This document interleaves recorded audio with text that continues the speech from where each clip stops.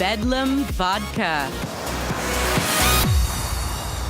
All right, and representing our second competitor product here, Bedlam Vodka, let's please have a warm welcome for Master Distiller Scott Russ.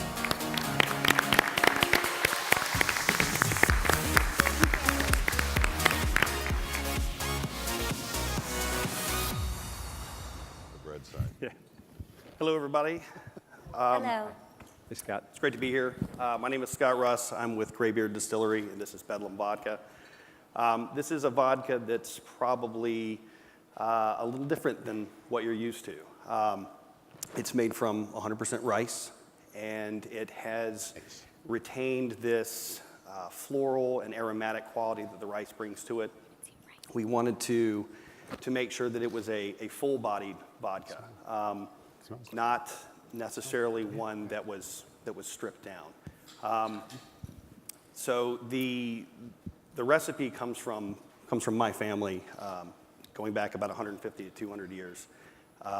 They come from the Bedlam region, Northern Ireland, and so this was passed down to me, and it sort of follows their story of rebellion against English aristocracy. They were anti-authoritarian people and wanted to make a spirit that could be easily traded, one that could not necessarily be taxed, and if it was taxed, they weren't going to pay it anyway. At Graybeard, we don't embrace that aspect of it.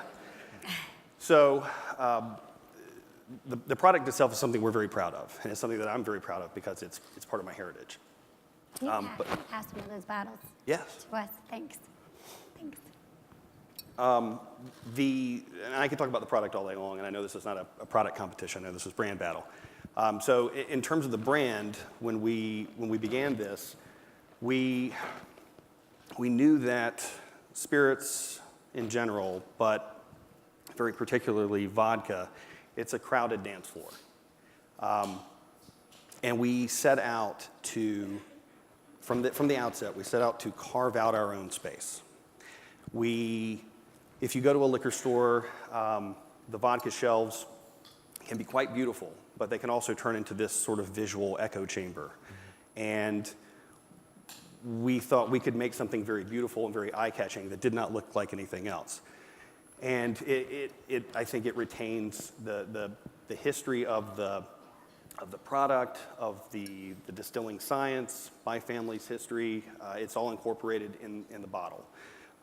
So with that in mind, we moved forward trying to make the best product that we could and put together the most unique and active marketing campaign that we could. This is basically our launch. This is our first time at WSWA. We garnered a few awards here, so we're quite proud of that, quite happy.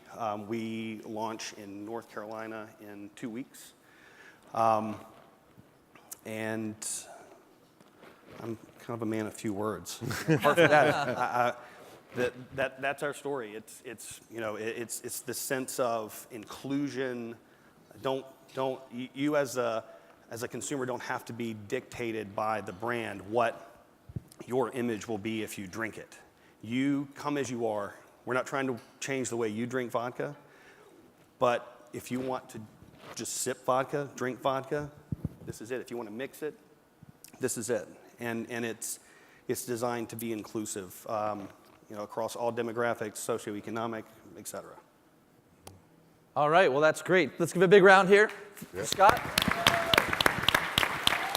And now let's shatter your dreams and have the judges tear it apart and tell you what they think of your brand. Have at me. No. How did you decide on, it's rice? Rice, did you say? It's rice. Yeah, I could smell it. How did you decide that was your base? That was the recipe. That was what my grandfather let me try when I was 21. Were they growing rice? Were they farmers? No. What's the story?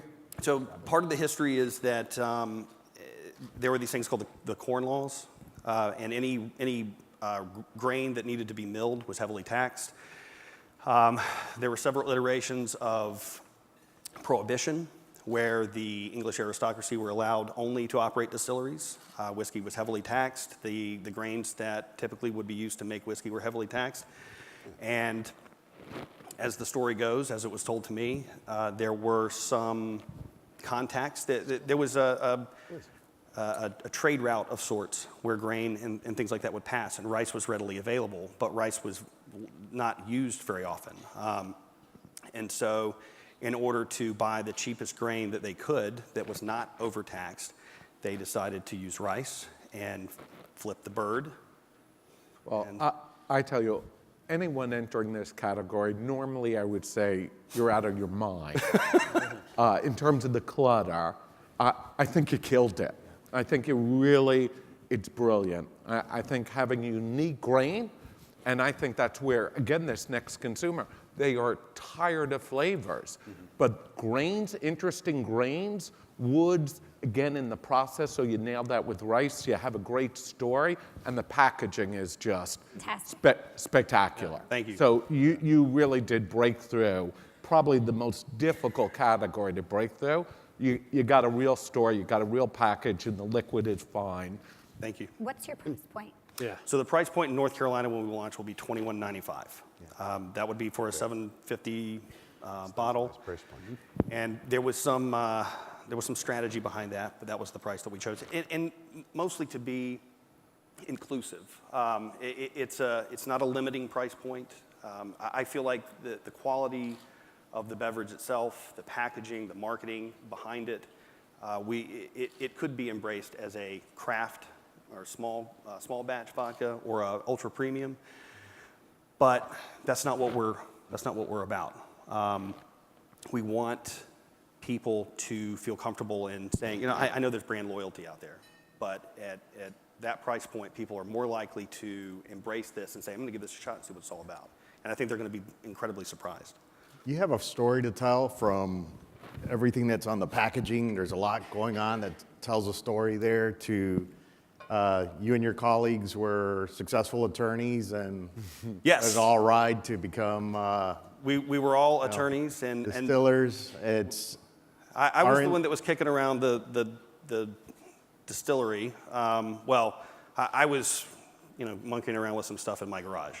But we all, within the package itself, the formation of the company is not necessarily there. Which vehicles are you using to tell the story? Tell the story about the product, the grain, your story.